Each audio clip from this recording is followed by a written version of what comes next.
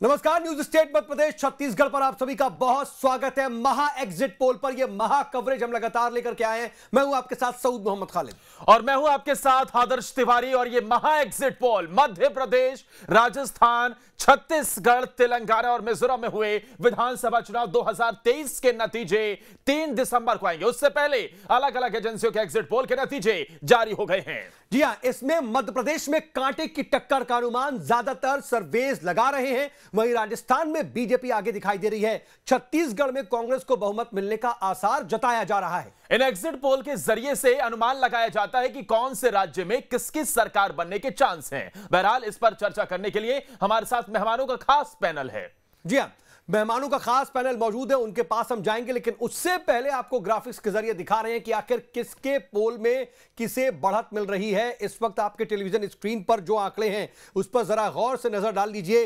Axis आज तक माई India का जो सर्वे है उसके मुताबिक मध्य प्रदेश में 230 सीटों में से 140 से 162 पर बीजेपी को बहुमत मिलता हुआ दिखाई दे रहा है, तो वहीं कांग्रेस को 68 से 90 सीटों पर बहुमत दिखाई दे रहा है।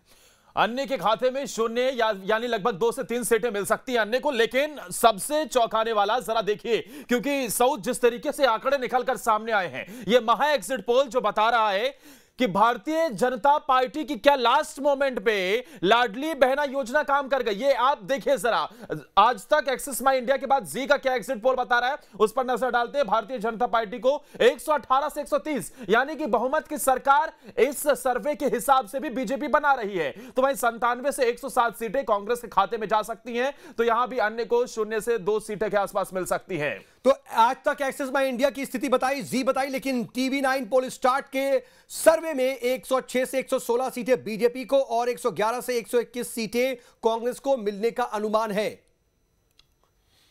और यहां पर भी अन्य के खाते में 6 सीटें जा सकती हैं। इसके अलावा इंडिया टीवी और सीएनएक्स का जो सर्वे है उसके मुताबिक बीजेपी को 116, कांग्रेस को 111 और अन्य के खाते में 3 सीटें जा सकती हैं।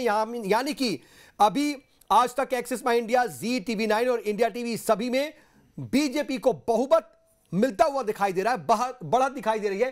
कांग्रेस को बड़ा झटका दिखाई दे रहा है।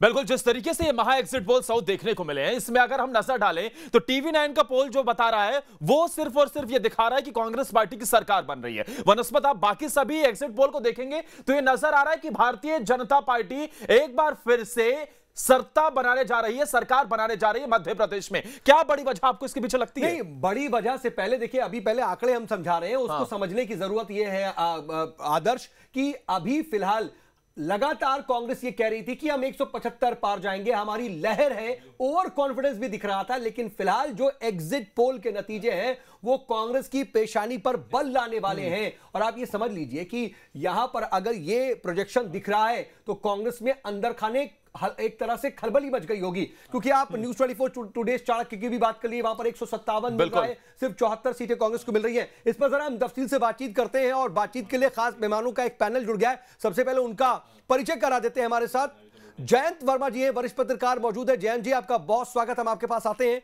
इसके अलावा बीजेपी की तरफ से पक्ष रखने के लिए मध्य प्रदेश बीजेपी के प्रवक्ता हैं अजय धावले साहब, वो भी हमारे साथ जुड़ चुके हैं। अजय धावले, आपका भी बहुत स्वागत है।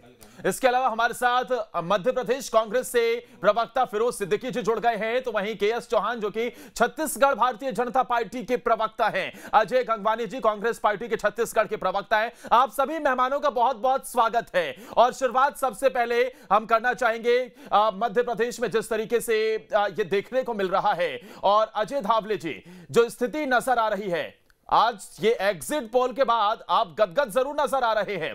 क्या लाडली बहना काम कर गई? मैं आप दोनों को ये बताना चाहूंगा कि भारतीय जनता पार्टी ने ये चुनाव भी विकास के एजेंडे पे लड़ा था। एक स्वर्णिम मध्य प्रदेश जो हमने विगत 20 वर्षों में बनाया, उस एजेंडे पे चुनाव लड़ा था। मध्य प्रदेश के मन में मोदी और एमपी के मन में मोदी इस नारे पे चुनाव लड़ा था। भारतीय जनता पार्टी ने जनता से जनाशीर्वाद इसलिए भी मांगा था क्योंकि ये बीमारू टैग वाला मध्य प्रदेश था, आज एक स्वर्णिम मध्य प्रदेश बना है। आज देखिए, जब कभी भी प्रो इनकम्बेंसी की सरकार वोट मांगने जाती है तो प्रो इनकम्बेंसी और पॉपुलर सरकार को पॉपुलर मैंडेट मिलता है। तो आज जो मध्य प्रदेश में आज जो एग्जिट पोल, जो निश्चित रूप से एग्जैक्ट पोल भी होने वाले हैं, उनसे यही प्रतिपादित हो रहा है कि भारतीय जनता पार्टी ने विकास किया था और मध्य प्रदेश की जनता विकास को चुन रही है। मध्य प्रदेश की जनता इसलिए भी कांग्रेस के वादा खिलाफी और विश्वासघात के छलावे में पुनः इसलिए नहीं आई है क्योंकि देखिए, वादा खिलाफी विश्वासघात के पश्चात कांग्रेस में हुआ क्या? 2023 का चुनाव ये इसलिए भी अपने आप में कांग्रेस के लिए एक बानगी है कि सिर्फ दिग्विजय सिंह और कमलनाथ और उनके दो बेटे इन्हीं के चेहरे पे चुनाव हो रहा था, बाकी कांग्रेस की पूरी लीडरशिप फील्ड से भी गायब थी। तो निश्चित रूप से ये एक कांग्रेस को और एक परिवारवादी संगठन जिसको ये सिंडिकेट, कांग्रेस तो एक गांधी परिवार का सिंडिकेट है, उस सिंडिकेट को सबक सिखाने वाला चुनाव है। मध्य प्रदेश की जनता ने एमपी के मन में मोदी है इस नारे को माना है। ठीक है, लेकिन फिरोज सिद्दीकी साहब, अभी जो फिलहाल आंकड़े आ रहे हैं उसमें जाहिर सी बात है अजय धावले जी जो दावे कर रहे हैं वो सही भी नजर आ रहे हैं और उनका ये कहना बनता है, लेकिन ये आंकड़े 1, 2, 3 नहीं या फिर कहीं पर ऊपर नीचे नहीं, एक जैसे ही आंकड़े सभी सर्वे में आ रहे हैं। क्या कहीं ओवर कॉन्फिडेंस है जो इसको लेकर के आप इतने आश्वस्त हो गए कि हमें शायद ग्राउंड पर उतना नहीं काम करना, या फिर हमारी एक लहर है, ये बातें कह रहे थे? क्या नजर आ रहा है आपको? क्या इसके पीछे के रीजन नजर आ रहा है और क्या ये एग्जिट पोल आप स्वीकारते हैं?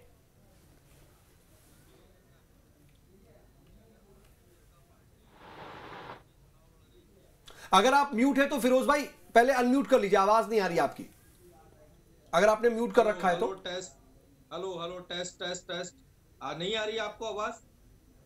हेलो जी हाँ, ठीक है, आप अपनी बात रखिए, ठीक है, आ रही है। हेलो हेलो हेलो चलिए, ठीक है फिरोज जी, आपकी कुछ तकनीकी जो दिक्कत है उसको हम ठीक करने की कोशिश करते हैं, लेकिन जरा जयंत वर्मा सर मैं आपके पास आना चाह रहा हूं क्योंकि अभी की स्थिति, चाहे वो मध्य प्रदेश हो, छत्तीसगढ़ और उसके अलावा बाकी 3 राज्यों में भी जो प्रोजेक्शंस नजर आ रहे हैं कांग्रेस के लिए वो अच्छे बिल्कुल नहीं है।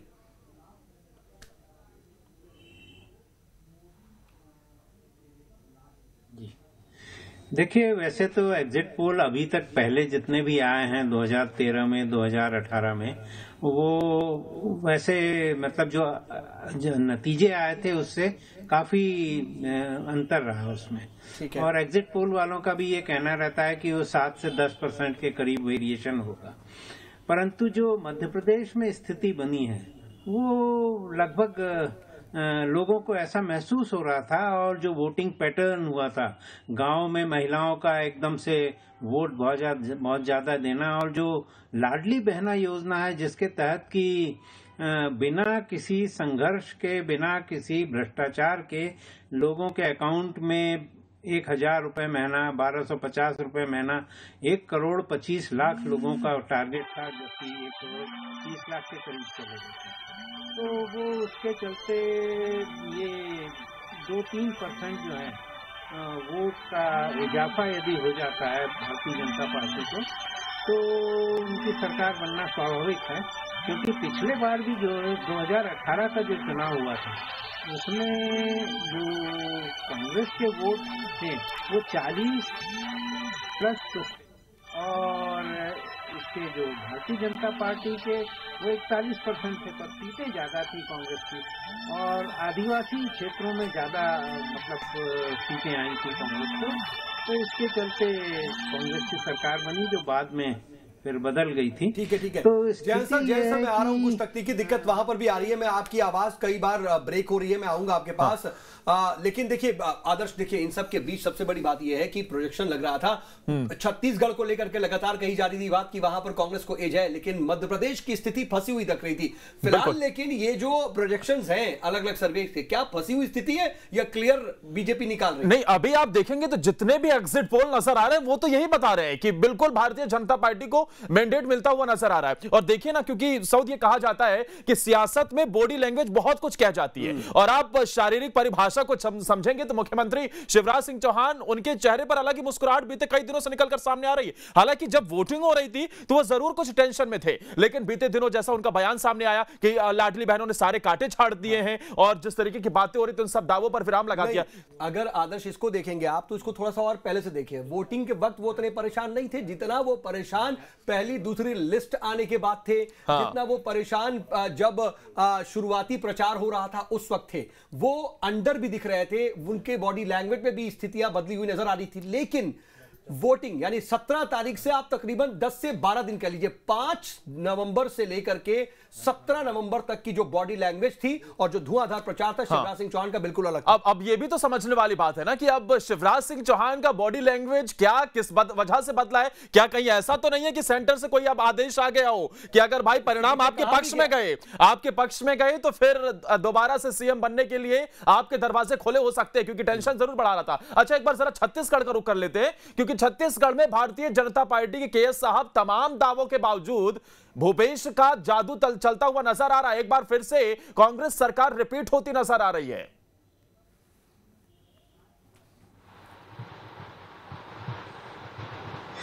महोदय, अधिकतर केएस चौहान साहब 8 से 6 पोल मैंने देखे हैं, एग्जिट पोल देखे हैं, तो अधिकतर जी हेलो जी, मेरी आवाज आ रही है आपको?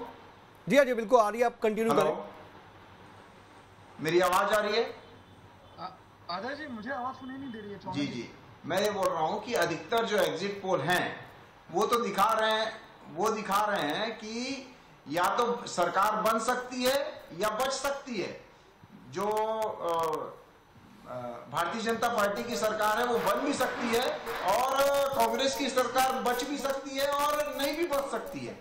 तो ये अधिकतर जो पोल है वो तो यही बता रहे हैं, लेकिन आंकड़े जो दिए गए थे इनकी तरफ से वो तो 75 पार के दिए गए थे, जो अभी जो 40 और 42 से पार कर रहे हैं, मतलब 40 से भी कई एग्जिट पोल ये भी दिखा रहे हैं। मुझे लग रहा है केएस साहब के चेहरे पर मुस्कुराहट जो दिख रही है वो इस बात की नहीं है कि वो सत्ता में आ रहे हैं कि नहीं, इस बात से है कि 40 से 45 सीटें उन्हें भी एग्जिट पोल में मिल रही है। जी हाँ, लेकिन अजय गंगवानी साहब, जो दावे किए जा रहे थे अब की बार 75 पार, क्या ऐसी कमी रह गई कि इतना बड़ा डेंट लग रहा है? मुश्किल से सरकार बना रहे हैं, अगर बना भी रहे हैं तो ऐसा नहीं कि 55, 60, 70 ऐसा आ रहा हो कुछ।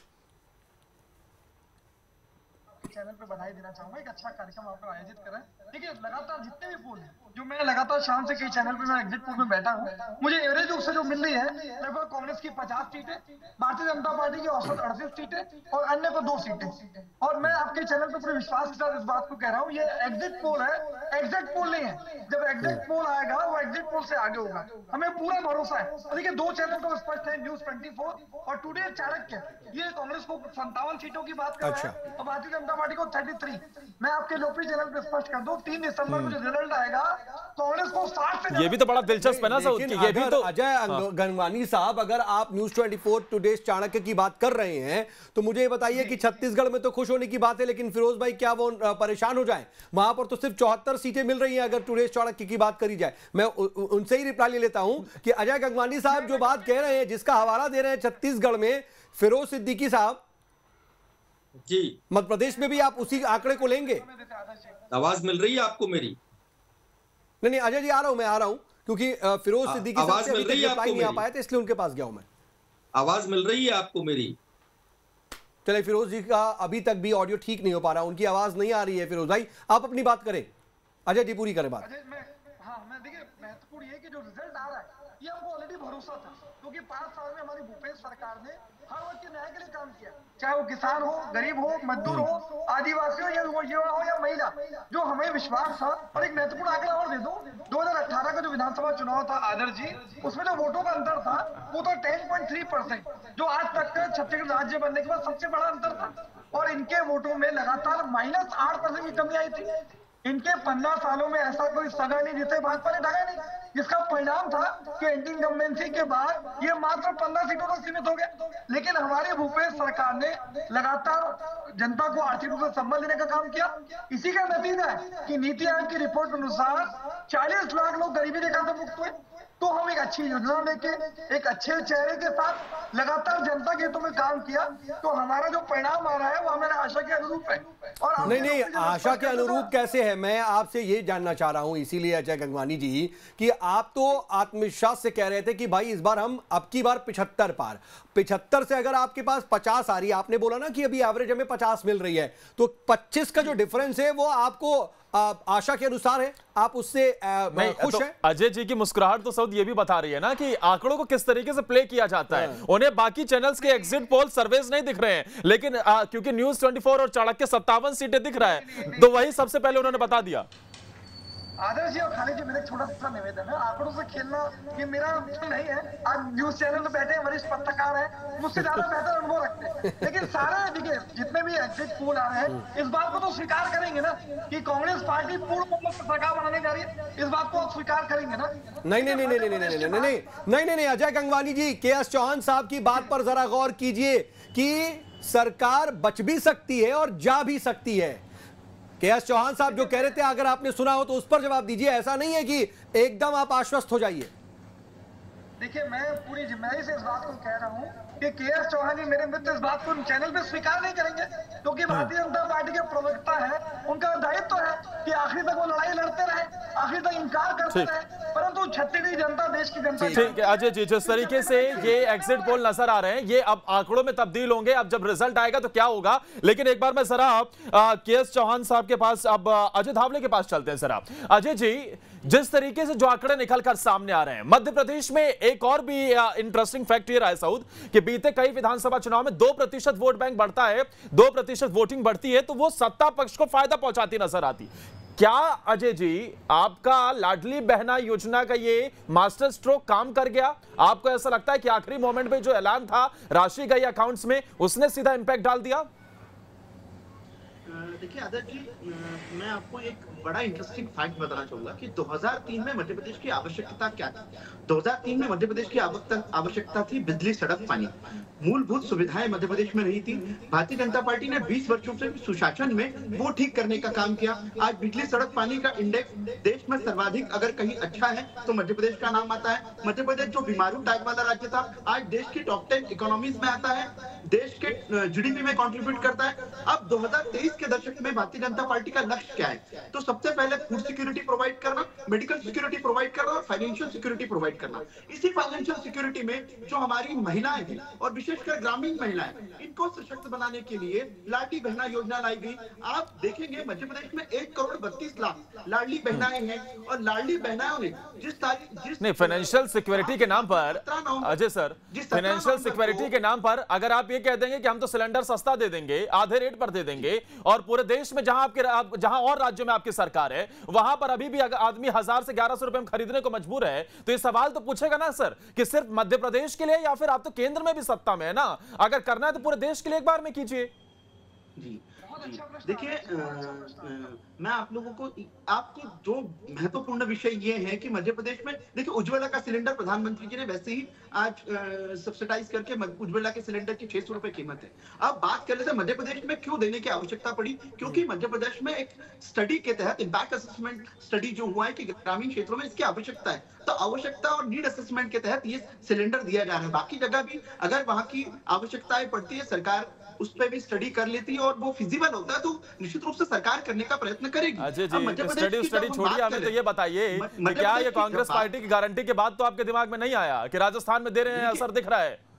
देखिए, कांग्रेस पार्टी की गारंटी है विश्वासघात और वादा खिलाफी की होती है। इस देश में अगर कोई गारंटी चल रही है गरीब कल्याण की, तो मोदी जी की गारंटी चल रही है और ये देश मोदी जी की गारंटी पर विश्वास करता है। कांग्रेस पार्टी जैसा झूठा और विश्वासघात, वादा खिलाफी वाला दल भारतीय जनता पार्टी नहीं है। यहाँ जनता की आकांक्षाओं का और जन आकांक्षाओं का सम्मान होता है, जनता से जन आकांक्षाओं का सम्मान करके आपका अभी तक हमने आपका वर्जन जान लिया, लेकिन फिरोज सिद्दीकी साहब के साथ जो टेक्निकल प्रॉब्लम थी वो हमने दूर करा ली। जरा उनको भी मैदान में लाते हैं और उनकी भी बात जरा सुनिए। फिरोज भाई, अगर आप तो अभी तक सुन रहे हैं लेकिन आपकी बात नहीं आ रही है, ये जो आंकड़े हैं पहले इसके बारे बताइए कि कितना सहमत है इन एग्जिट पोल के आंकड़ों से आप? ये एग्जिट पोल है, ठीक है, सबके अपने अपने सर्वे हैं, अपने अपना आकलन है। अभी तक चुनाव से पहले तक जितने भी सर्वे आए उसमें कांग्रेस को बढ़त नहीं, बहुत अच्छी बढ़त बताई गई और सब जगह बताया गया कि ये स्पष्ट बहुमत की सरकार बन रही है। अब ये कि आखिर के 5 दिन में क्या बदला है, तो बदला है तो उसमें भी कई सारे जो है सर्वे हैं वो हमको बहुत नेक टू नेक बता रहे हैं, 2 में हमको बहुमत बताया जा रहा है। तो जो सबके अपने अपने आकलन है, लेकिन जो हम कहते हैं कि भारतीय जनता पार्टी के पास मुद्दा है, ऐसा क्या था जिसके मुद्दे के सहारे वो इतना बड़ा बहुमत ले जाएगी। अब लाडली बहना पे बात कर रही है भारतीय जनता पार्टी। आपके पास इतने मुद्दे थे तो उन मुद्दों को कितना आप रख पाए, क्योंकि बार बार ये भाई आपने एक बात मान ली कि लहर है, आपने ये बात मान ली कि हमारे पक्ष में माहौल है, लेकिन उसको लास्ट मोमेंट तक कितना ग्राउंड पर भुनाने की कोशिश करते रहे, उतनी मेहनत हुई जितनी बीजेपी कर रही थी, अगर मैं ईमानदारी से पूछूं तो? नहीं, क्यों नहीं हुई? कि क्या हमारी मेहनत में क्या कमी?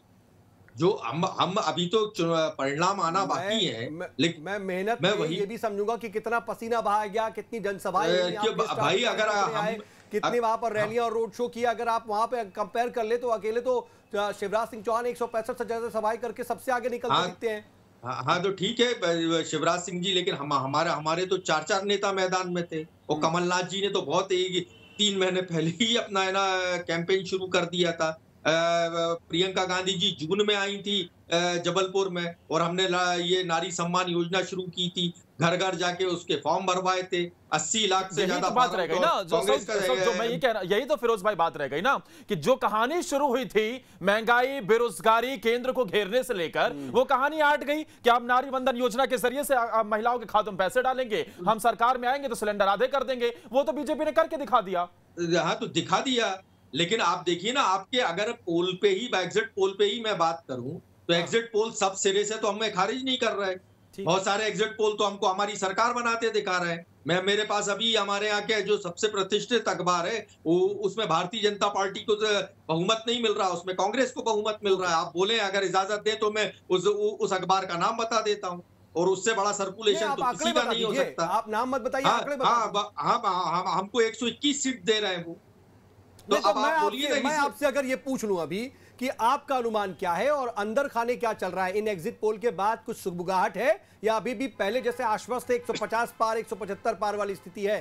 देखिए, हमने जब कैलकुलेशन की तो हमको 140 प्लस सीटें जो थी मध्य प्रदेश में हमको मिलती हुई दिख रही, जो हमारे ग्राउंड ऑर्गेनाइजेशन का फीडबैक है, कैंडिडेट्स का जो फीडबैक है, नेक टू नेक जो फीडबैक है, वो हमको सामने आ रहा है। अब जो सीटें फंसी हुई है या बिल्कुल नेक टू नेक है, या जहां 1% 1.5% का अनुमान लगाना बहुत मुश्किल होता है। और एक मध्य प्रदेश की खासियत ये है कि एक परिवर्तन की लहर है, ये तो सभी हमको बता रहे थे, जितने भी सर्वे थे आप ही लोगों के थे, और हमारे तो अपना असेसमेंट था। ये पूछ रहा हूं कि आपका अभी का अनुमान क्या है, और एक और बात भी उसमें जोड़ दे रहा हूं, क्या अभी आपको पोस्टल बैलेट से कुछ उम्मीदें हैं? क्या ओपीएस का जो वादा था उससे कुछ उम्मीद जगी बची हुई है?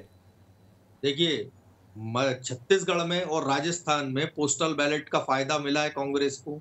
यहाँ भी जितना पोस्टल बैलेट्स थे, पोस्टल बैलेट्स ने कांग्रेस के लिए ही वोटिंग हुई है, ये भी हमें जानकारी है, क्योंकि सभी कर्मचारी आंदोलन कर रहे थे ओपीएस के लिए। क्या दिल्ली में लाखों कर्मचारी नहीं इकट्ठा हुए? केंद्र सरकार के कर्मचारी भी अभी मांग कर रहे हैं, और यदि नहीं आप ओपीएस देंगे तो वो ऐसे ही भारतीय जनता पार्टी के खिलाफ वोटिंग होगी। तो ये सामने दिख रहा है ना ये चीजों को। और मुद्दा जो है, मैं लाडली बहना पे अगर आप बोले, मैं रोक रहा हूं इस वजह से क्योंकि मुझे फौरन ब्रेक पर जाना है, आप लेकिन लौटिए और जरा उन आंकड़ों पर भी हम बात करेंगे और आपका भी प्रोजेक्शन जानेंगे, क्योंकि आपने ओपीएस की बात तो कर दी, लेकिन मैं आपका आंकड़ा पूछ रहा हूं वो अभी नहीं मिल पा रहा है। एक छोटा सा ब्रेक लेकर के फौरन लौटते हैं।